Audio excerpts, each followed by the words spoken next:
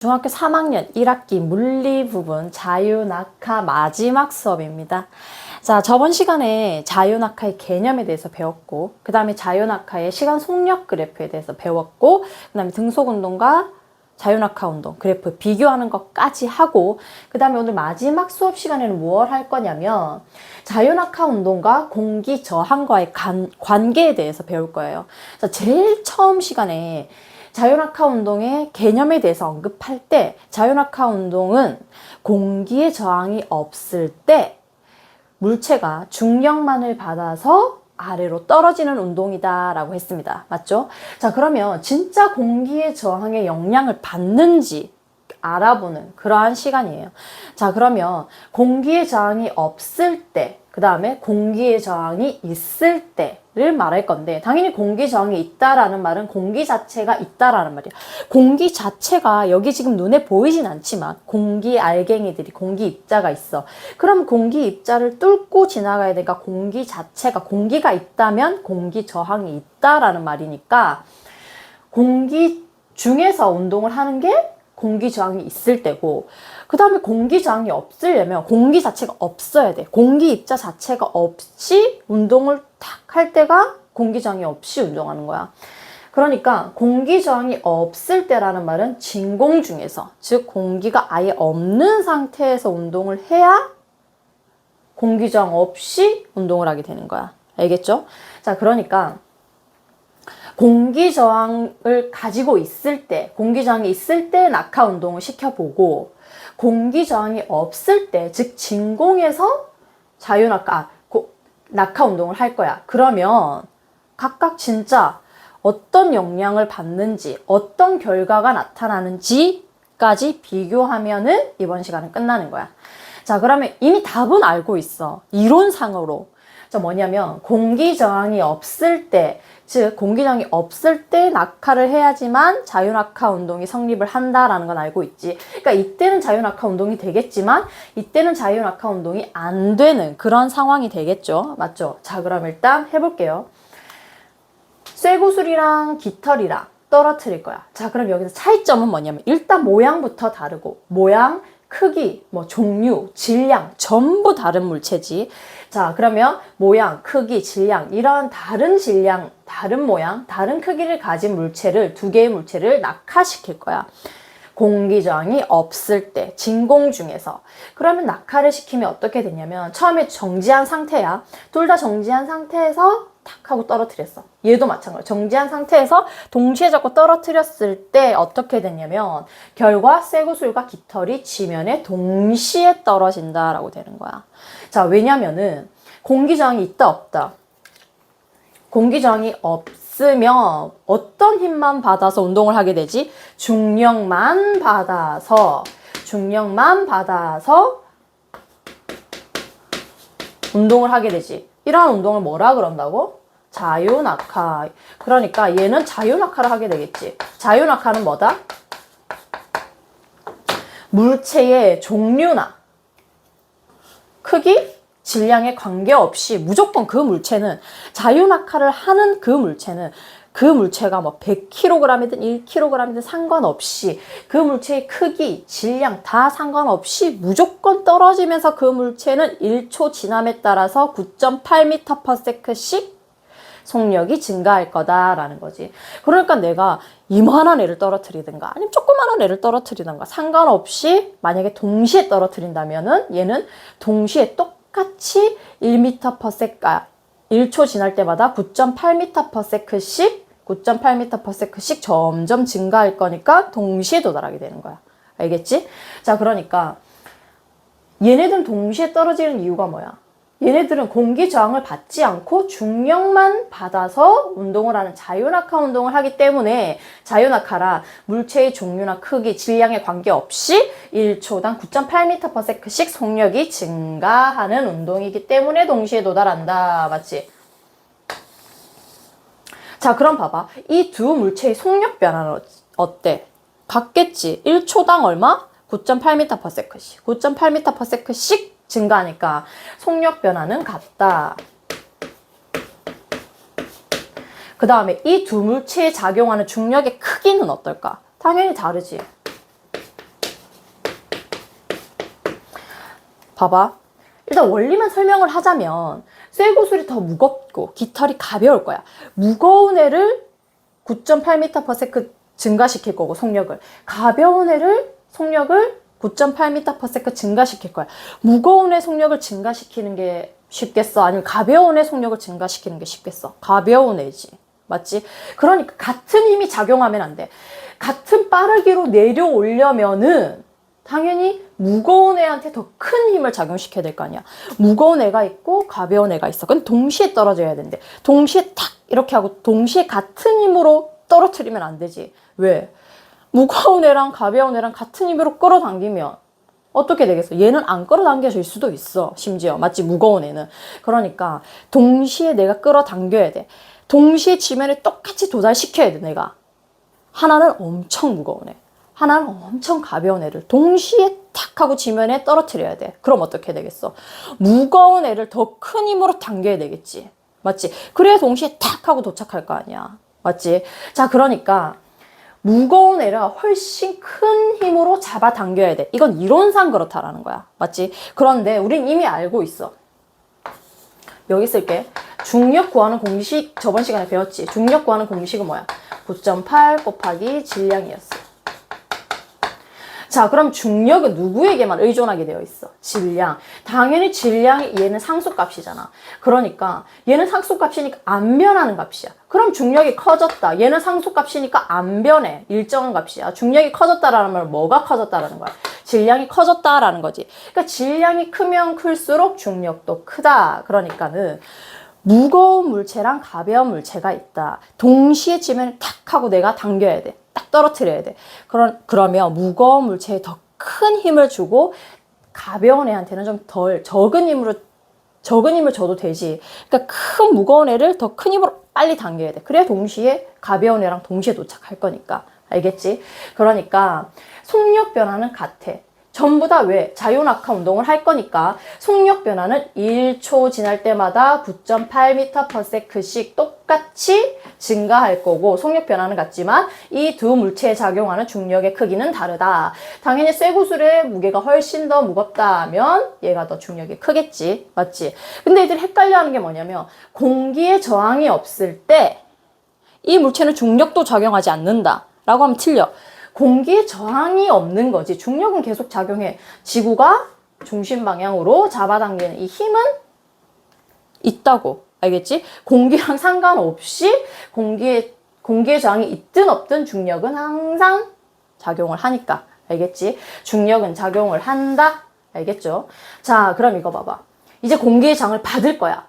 이거는 자유낙하 운동이랑 똑같아. 이 자체가 그냥 자유낙하 운동이니까 자유낙하만 이해했다면은 이거는 다 이해할 수 있겠지만 이거는 공기저항이 없을 때, 공기저항이 있을 때야. 즉 공기 중에서 낙하를 시키면 어떻게 되겠는가? 당연히 얘가 더 무겁고 얘가 더 가볍다라고 가정을 했을 때야. 일단 결과는 쇠구슬이 먼저 떨어지는 거야. 알겠지? 쇠구슬이 먼저 도착을 하고 그 다음 깃털은 아직 도착을 안 한 상태니까 쇠구슬이 훨씬 더 먼저 떨어질 거야. 그 이유는 자, 이때 공기저항이 있을 때니까 공기저항을 어때? 얘는 공기저항을 받고 중력도 있다. 중력은 공기가 있든 없든 공기가 없든 항상 잡아당기는 힘에 의해서 떨어지니까 얘도 낙하를 하고 얘도 낙하를 해. 왜? 잡아당기는 중력에 의해서. 맞지? 그러니까 얘도 중력 작용하고 얘도 중력 작용할 거야. 중력도 작용하고 공기저항력도 작용을 할 거야. 그러니까 얘는 자유낙하 운동이 안 되지. 얘는 자유낙하가 안 되는 거야. 자유낙하 운동이 안 되는 거지. 맞지? 자, 그러면 자유낙하 운동을 안 하게 되면 중력을 받아서 떨어지는 것까지는 알겠어. 그럼 얘가 어떻게 작용하는지만 알면 되잖아. 자, 공기 저항력은 공기에 의해서 그 물체의 운동이 저항이 되는 거야. 저항은 뭐야? 방해받는 걸 말하는 거지. 자, 그럼 공기가 저항을 하려면 어떻게 해야 되냐면은 여기가 공기 중이면 얘가 밑으로 떨어지는 운동을 할 거잖아. 그럼 방해를 하려면은 위쪽 방향으로 힘이 작용을 해야 반대되는 방향으로 작용을 해야 당연히 방해를 받는 거잖아. 방해를 해야 되는 거야. 공기 저항력은. 자, 그럼 봐봐. 위쪽 방향으로 작용할 텐데 어디에 사냐면 일단 그 공기가 물체와 접촉을 해야 돼. 그래야 방해를 하지. 만약에 어떤 힘이 나한테 작용을 할 거야. 나는 이쪽 방향으로 갈 건데 방해를 하고 싶어, 나의 운동을. 그럼 나를 반대 방향으로 밀어야 될 거 아니야. 그런데 힘이 작용을 했는데 내가 이쪽 방향으로 운동을 하고 있었는데 반대 방향으로 힘이 작용을 했는데 나를 거치지 않고 이쪽 방향으로 작용을 했어. 그럼 나는 힘을 안 받은 거잖아. 난 그냥 그대로 갈 수 있잖아. 방해 안 받고. 그러니까 방해를 하고자 하는 그 물체에 대여야 되는 거야, 힘이. 그 물체의 힘을 받아야지만 내가 방해를 받을 수가 있지. 그러니까 이 쇠구슬의 운동을, 밑으로 떨어지는 운동을 방해하고 싶은 거야. 그러면은 그 물체에 힘이 닿아야지. 공기가 닿아야 돼. 이 접촉 면적에 관련이 있는 거야. 공기의 저항력은 접촉 면적이랑 엄청나게 밀접한 관련이 있어. 알겠지? 왜냐면 그 물체에 대여야지만 방해를 할 수 있잖아. 맞지? 자, 그러니까 이 접촉 면적이, 공기와 접촉하는 면적이 요만큼이잖아. 얘는 어때? 이만큼이 접촉을 하게 되겠지. 공기와 떨어지면서 저항을 받을 수 있는 이쪽 방향으로 힘이 작용을 해야 되잖아. 방해를 하려면 이쪽 방향으로 작용을 해야 되니까 이쪽만큼 방해를 받을 수가 있고, 얘는 요만큼만 방해를 받을 수가 있어. 그러면 공기 저항력, 방해받는 힘은 누가 더 많을까? 깃털이지. 왜? 공기 저항력은 접촉 면적, 공기와의 접촉 면적과 관련이 돼 있다라고 했는데, 접촉 면적이 얘는 요만큼이야. 얘는 접촉 면적이 요만큼이야. 맞지? 그러니까 이쪽 방향으로 방해를 해야 되니까 요 밑에 부분만 방해를 할 수가 있는데, 공기와의 접촉 면적이 커질수록 공기 저항력은 커진다 라는 것까지 알겠지? 왜냐면 이만큼을 방해할 수 있잖아. 얘는 요만큼밖에 방해를 못해. 그러니까 얘가 공기 저항력이 훨씬 더, 깃털의 공기 저항력이 훨씬 더 크게 되는 거지. 얘가 방해를 많이 받으니까 떨어지는 속력도 작아질 수밖에 없겠지. 왜? 방해를 많이 받았으니까 떨어지는 게 늦게 떨어질 수밖에 없어. 얘는 방해를 받지만 공기 저항이 있을 때니까, 공기 중에서 떨어졌으니까 당연히 공기 저항을 받겠지. 요만큼씩만 받는 거야. 그러니까 얘보다는 훨씬 공기 저항을 적게 받으니까 얘보다는 빨리 떨어질 수밖에 없지. 그러니까 쇠구슬이 깃털보다 먼저, 얘 지금 먼저 떨어졌잖아. 맞지? 먼저 떨어진다. 알겠죠? 그러니까 공기 저항이 있을 때, 없을 때는 공기 저항력을 안 받고 받고만 틀려지는 거야. 알겠죠? 자, 그러면 공기 저항이 있을 때는 뭐부터 떨어진다? 쇠구슬 먼저 떨어진다. 왜? 공기 저항력을 적게 받으니까. 공기 저항을 적게 받으니까 얘가 먼저 떨어지는 거야. 그럼 공기 저항을 왜 적게 받아? 접촉 면적이, 공기와의 접촉 면적이 적으니까. 이까지 이해하시면 되고요. 자, 그 다음에 공기 저항이 없을 때, 진공 중에서 떨어지면 당연히 공기 저항 없이, 중력은 작용하지. 중력이 작용하니까 뭐 하고 있는 거야? 낙하하고 있는 거지. 그러니까 중력만을 받아서, 공기 저항이 없으니까 공기 저항 없이 중력만을 받아서 낙하하니까 자유낙하 운동을 둘 다 하게 되겠고, 자유낙하 운동을 하면 그 물체는, 자유낙하하는 모든 물체는 물체의 종류, 크기, 질량에 관계없이 전부 다 1초에 9.8m/s씩 증가하는 낙하 운동을 하니까 동시에 도달한다. 속력 변화는 같고 대신에 잡아당기는 힘은 당연히 다르겠지. 물체의 크기가 무겁고 크면 당연히 잡아당기는 힘이 커야 돼. 맞지? 큰 물체, 무거운 물체를 세게 잡아당겨야 동시에 도달할 거 아니야. 맞지? 자, 그러니까 얘랑 구분하셔야 됩니다. 자, 그리고 애들이 가장 많이 실수하는 게 뭐냐면, 공기 저항이 없을 때 받는 쇠구슬의 중력의 크기랑 공기 저항이 있을 때 쇠구슬에 받는 이 중력의 크기는 어떨까? 같지? 왜? 중력은, 구하는 공식은 9.8 곱하기 질량이야. 그러니까 봐봐. 얘는 상수값이고, 그럼 중력은 누구에게만 의존해? 질량값에만 의존해. 그럼 얘 둘이 다른 점은 뭐야? 공기가 없고 공기가 있고 공기에 관련된 내용이 없잖아. 맞지? 그러면 중력은 질량에만 의존하는데 질량이 똑같을 거 아니야. 똑같은 쇠구슬을 떨어뜨린다면은 질량이 같고 그럼 질량이 같으면 중력은 어떨 수밖에 없어? 같을 수밖에 없지. 그러니까 똑같은 질량의 쇠구슬을 떨어뜨린다면 공기가 있을 때나 없을 때나 이 쇠구슬에 작용하는 중력의 크기는 같다. 알겠죠? 자, 그럼 이거 정리를 하고 자유낙하 마지막 시간이니까 자유낙하 운동 그래프, 자유낙하 운동뿐만 아니라 뭐 등속 운동, 자유낙하 운동 모두 그래프, 문제 해석하는 거 하나만 하고 마칠게요.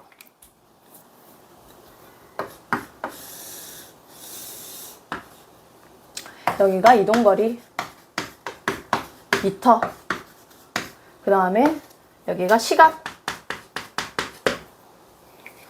그 다음에 얘가 자, 이런 그래프가 있다라고 하고 2, 5, 8 하고 여기가 A 구간, 얘가 B 구간, 얘가 C 구간이라고 했을 때, 가정했을 때 자, 첫 번째 문제야. 속력이 가장 빠른 구간.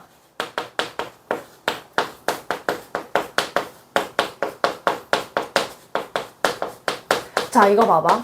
이런 문제가 나오면 일단 제일 먼저 해야 되는 게 뭐냐면 가로축이 뭔지, 세로축이 뭔지 알아야 돼. 알겠지? 자, 그럼 얘는 시간이고 세로축이 이동거리네 라는 거 알아두고 그럼 이동거리 시간 그래프네. 이동거리 시간 그래프를 알 수 있는 점이 뭐였지? 까지 적어놔야 돼. 그래야 안 헷갈려. 왜냐면 이게 익숙해지면 굳이 안 적어놔도 돼.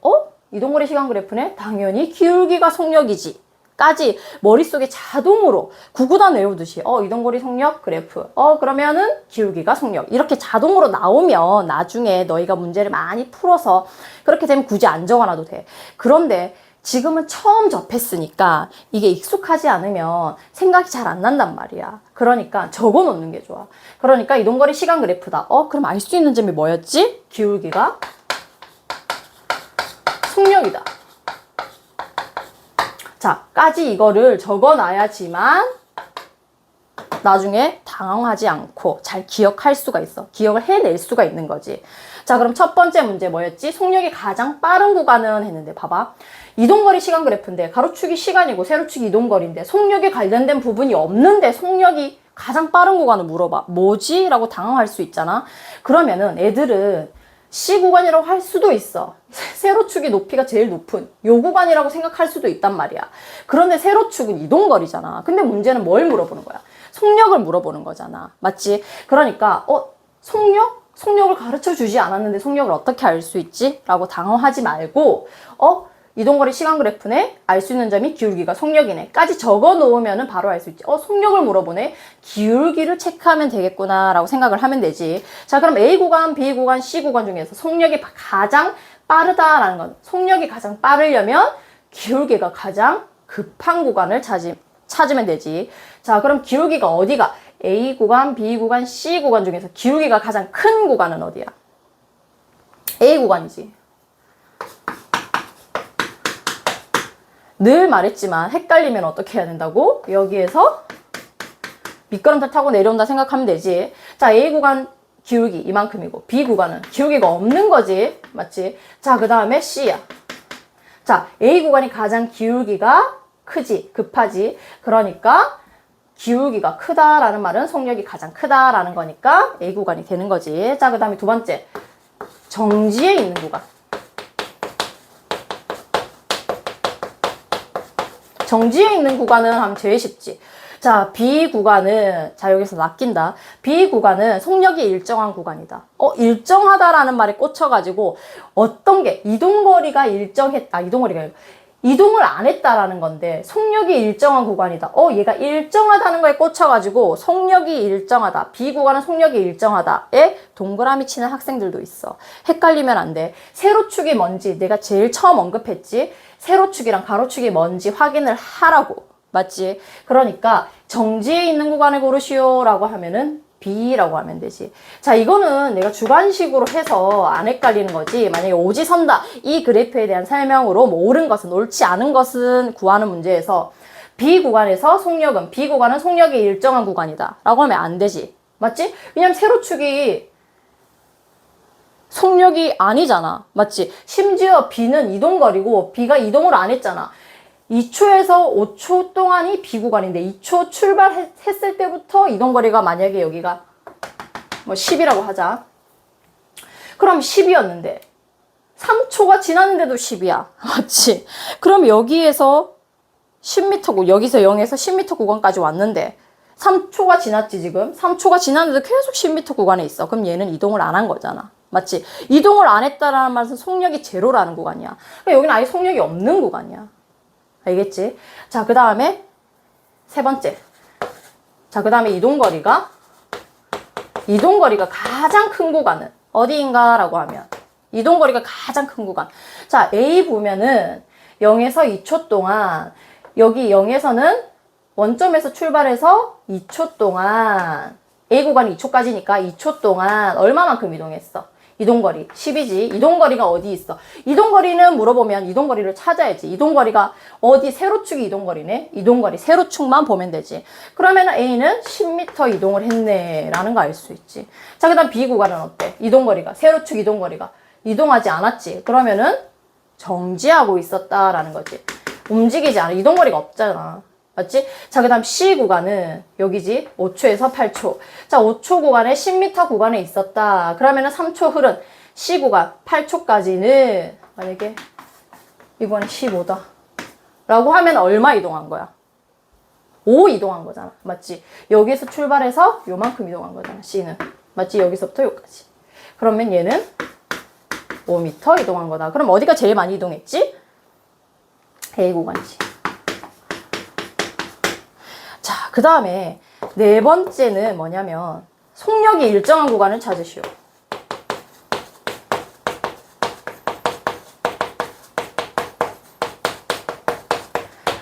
자, 여기에서 또 얘가 주관식으로 나왔다면 이동거리 시간에서 이동거리 세로축이 이동거리고 가로축이 시간이라는 걸 알겠어. 그럼 속력을 안 가르쳐 줬는데 속력을 어떻게 알아? 무조건 써놔라 그랬어. 맞지? 지금은 처음 배웠기 때문에 이게 생각이 갑자기 안 날 수도 있어. 시험 치다가 당황하면. 그러니까 기울기가 속력이다라는 것까지 바로 써놓으면 돼. 그러면은 속력은 기울기니까 속력이 일정하려면 얘가 일정하려면은 기울기도 일정한 구간을 선택하면 돼. 알겠지? 자, 기울기가 일정한 구간은 어디야? 일단 제일 쉬운 건 B지. B는 기울기가 있어 없어? 없잖아. 얘는 이동을 안 했잖아. 정지한 상태니까 속력이 없는 구간이잖아. 맞지? 속력이 제로인 구간이잖아. 맞지? 자, 그럼 A 구간 아니면은 C 구간인데 속력이 일정하다, 기울기가 일정하다. 자, 그럼 미끄럼틀 타고 내려온다 생각해봐. 기울기가 변했어, 안 변했어? 여기 도착할 때까지 기울기가 변했어, 안 변했어? 안 변했지. 얘가 이렇게 기울기 내려오다가, 이런 기울기 내려오다가 이렇게 완만해지는 거야. 이렇게. 이런 기울기 안 변했잖아. 내려오다가 경사가 더 급해져. 이렇게 기울기 안 변했잖아. 똑같은 기울기로 내려오잖아. 계속. 맞지? 그러니까 A 구간은 기울기가 일정한 구간이니까 속력이 일정한 거지. 왜? 기울기가 일정하니까 속력이 일정한 구간이 되는 거지. 일단 A 구간이야. B 구간은 아예 속력이 없으니까 아예 없는 거니까 얘는 그냥 넘어가고, 그 다음에 C 구간이야. C 구간 얘도 지금 미끄럼틀 타고 내려온다 생각을 하면 기울기가 어때지고 있어? 기울기가 한 번도 변한 적 없지. 요 구간까지가 C 구간인데 C 구간 동안 내려오는 여기까지 한 번도 기울기가 변한 적이 없지. 내려오다가 기울기가 만만하게 변했어. 이러지 않았잖아. 기울기가 더 급하게 변했어. 아니잖아. 기울기가 일정한 기울기로 도착을 했으니까 일정한 기울기로 도착을 했으니까는 속력도 일정하겠구나. 그러니까 A 구간이라 C 구간이 속력이 일정한 구간이 되는 거지. 맞지? 자, 그러니까 이런 문제들 나오면은 조금 선생님이 어렵게 문제를 내시면은 이런 문제도 나올 수가 있으니까 이 그래프 해석하는 것도 한번은 알아두면 좋겠다 싶어서 언급을 했어요. 자, 그 다음에 이동거리 시간 그래프가 있다면 속력 시간 그래프도 한번 해볼 거예요.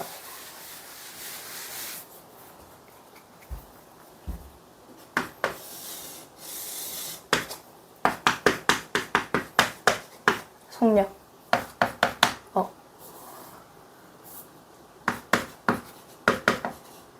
m/s. 야. 자, 그러면은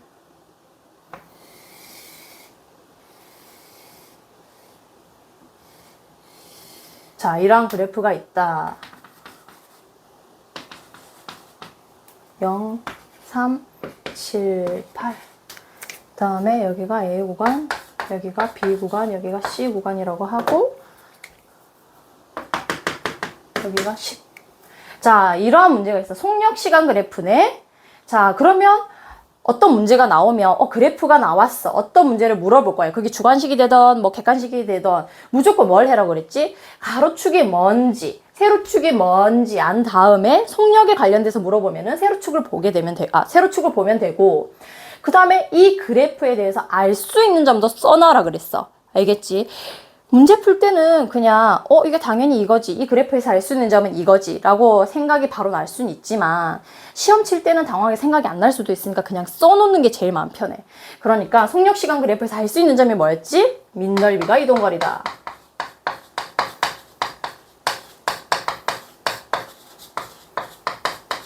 이것까지 써놓으면 좋다. 자, 그럼 첫 번째 문제가 뭐냐면 A 구간, B 구간의 이동거리는 물어봐. 자, 그럼 뭐겠어? 속력 시간인데 가로축이 시간이고 세로축이 속력이야. 그럼 이동거리가 없는데 지금 이동거리를 어떻게 알 수 있다고? 알 수 있는 점을 써놓으라 그랬지. 자, 그럼 이동거리를 물어본다. 뭘 구하면 된다? 민넓이를 구하면 된다. 맞지? 자, 그럼 A 구간부터 구해보자.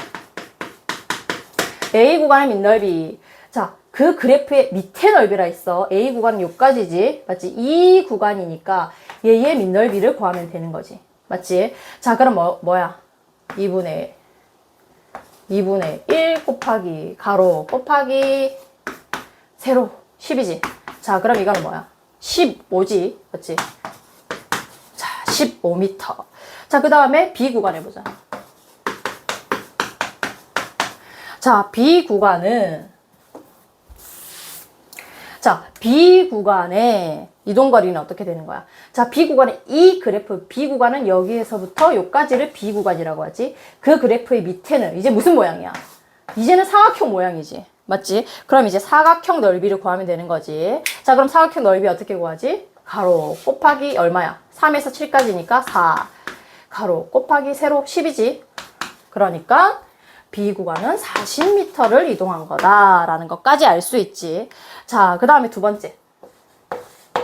여기에서 속력이 일정한 구간이라 무엇인가 하면 속력에 대해서 물어보네. 속력은 어느 부분에서 알 수 있지? 세로축이 속력이야. 속력이 일정한 구간은 어디야? 속력이 변하지 않고. 지금 A 구간은 속력, 세로축이 어떻게 되고 있어? 점점 증가하는 구간이고. 맞지? 얘 A 구간은 속력이 증가하는 구간이고. 그 다음에 B 구간은 세로축이 어때지고 있어? 여기 출발할 때도 10이었지. 10으로 출발을 해서 도착했을 때도 10이지. 그러니까 10으로 출발을 해서 도착도 10으로 한 등속 운동이 되는 거지. 얘가 속력이 일정한 구간이지. 맞지? 자, 그 다음 C 구간은 어떻게 돼? C 구간은 10으로 출발을 했지. 세로축 속력 구간이 10인데 도착은 여기잖아. 여기에서 여기까지니까 8초일 때 속력 제로지. 자, 그러면 얘는 속력이 감소하는 구간이지.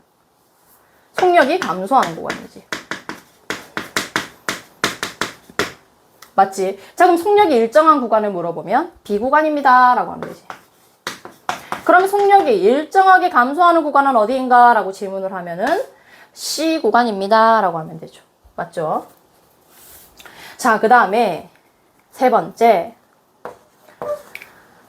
뭐냐면 8초 동안 이 물체가 0초에서 출발을 해서 8초까지 운동을 했어. 그러면 8초 동안 운동을 한 이 물체의 평균 속력, 8초 동안 운동을 한 이 물체의 평균 속력은 물어봐. 평균 속력 오랜만이네. 맞지? 자, 평균 속력을 구하시오 라고 하면 평균 속력 구하는 공식에 그냥 대입만 하면 되겠지. 자, 평균 속력 구하는 공식이 뭐지 그러면? 평균 속력 구하는 공식 선생님 까먹었어요 라고 할 수 있지. 자, 평균 속력 구하는 공식은 그냥 속력 구하는 공식을 생각을 해봐라 라고 했어. 그냥 속력 구하는 공식은 뭐야? 걸린 시간분의 이동 거리지. 근데 여기에 뭘 붙여라? 평균은 총자만 붙이면 돼. 총 걸린 시간분의 총 이동 거리야. 알겠지? 자, 그러면 해보자. 0에서 8초 동안 평균 속력이니까 총 걸린 시간은, 운동한 시간이 얼마야? 총 걸린 시간, 운동한 시간은 8초 분의 이동거리. 자, 속력 시간 그래프에서 뭐가 이동거리다? 밑넓이가 이동거리다. 그럼 밑넓이, 이 밑에 넓이를 전부 다 구해주면은 속력 시간 그래프 이 밑에 넓이를 전부 다 구해주면 이동거리가 되는 거지. 맞지? 근데 아까 A 구간, B 구간의 이동거리는 구해놨다고. 맞지? 자, 그러니까 A 구간의 이동거리 일단 15. A 구간에 15. 요만큼 이동거리 구했지. 그 다음 B 구간 얼만큼? B 구간 40 이동을 했어. 자, 그 다음에 총 이동거리니까, 맞지? A 구간, B 구간, C 구간 이동거리 구하면 전부 다 구하게 되는 거니까 A랑 B 구했고 C 구간의 이동거리. 자, C는 여기서부터 요까지지. 자, 이 그래프의 밑에 넓이니까 요만큼이 이동거리가 되겠지. 맞지? 자, 그럼 이동거리 구해보자. 이동거리는 밑넓이니까 밑넓이 구하는 공식. 얘 삼각형이잖아, 지금. 삼각형 구하는 공식에 넣으면 되지. 삼각형 넓이 구하는 공식에. 맞지? 삼각형 넓이 어떻게 구한다? 2분의 1 곱하기 가로. 1초 지났잖아. 맞지? 여기 8 집어넣으면 진짜 곤란하다. 1초 지난 거야. 맞지? 얘 여기서부터 여기까지. 맞지? 자, 그러니까 1 곱하기 높이 10 하면 얼마야? 5지, 5. 맞지? 자, 그러니까 5만큼 이동을 했어. 그러면 총 걸린 시간 8초. 그 다음에 총 이동거리, 밑에 넓이 다 구하면 어떻게 돼? 8분의 얼마야? 60이지? 맞지? 자, 이거 계산을 하면 어떻게 되는 거지? 자, 60 나누기 8 하면 8, 4, 8, 5, 8, 8, 6, 7, 56이 되겠네. 맞지? 자, 그럼 어떻게 돼? 40.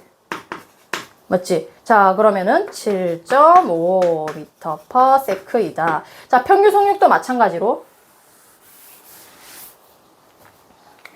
평균 속력도 마찬가지로 속력이기 때문에 속력의 단위 m/s 그대로 쓰면 돼. 자, 그러니까 8초 동안의 물체의 평균 속력은 7.5m/s이다 라는 것까지. 자, 그러니까 아까 이동거리 시간 그래프 했었고, 그 다음에 속력 시간 그래프까지 했었어. 가로축이 뭔지 세로축이 뭔지 확인을 하고 그 그래프를 알 수 있는 점까지 써 놓으면은 그 뒤에 문제는 자연스럽게 다 따라올 거예요. 알겠죠?